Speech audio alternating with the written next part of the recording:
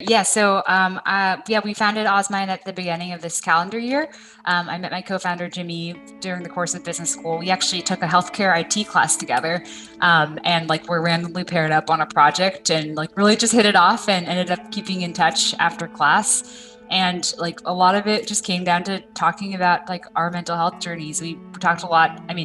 I think we were seeing at the time a lot of people really struggling at Stanford, and had I reflected on my own time at Yale, and just the prevalence of mental health conditions, and the fact that not many people were really getting the help that they needed, and especially people who were more severely affected. I had a number of friends drop out because they just didn't know what to do and couldn't get the care that they needed. And I think ultimately what we realized is just mental health is there's so much, of course, so many problems, but so much potential too. And I think what we really see is that we're at a point where it's kind of where oncology was a decade ago. And obviously there's so much in cancer that can still improve too. But in oncology, death rates fell by, I think, 25% in the last few decades. So there's just been a lot of innovation in oncology with things like gene therapy and targeted tumors, liquid biopsies, and a lot of ways of diagnosing and treating people that are more personalized. And we realize that mental health just doesn't have that. There's no personalization whatsoever.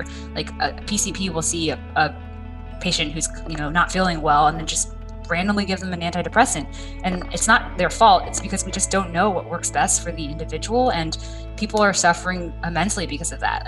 Patients in between trying antidepressants will have to wait 6 to 12 months, 6 to 12 weeks, just to even see if that will work for them.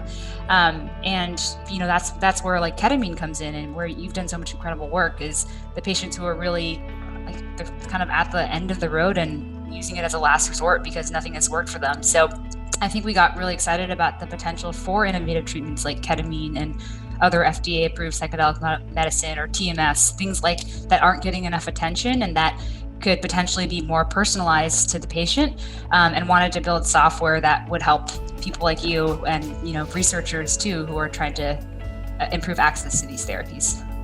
Yeah, it's such a needed focus for sure.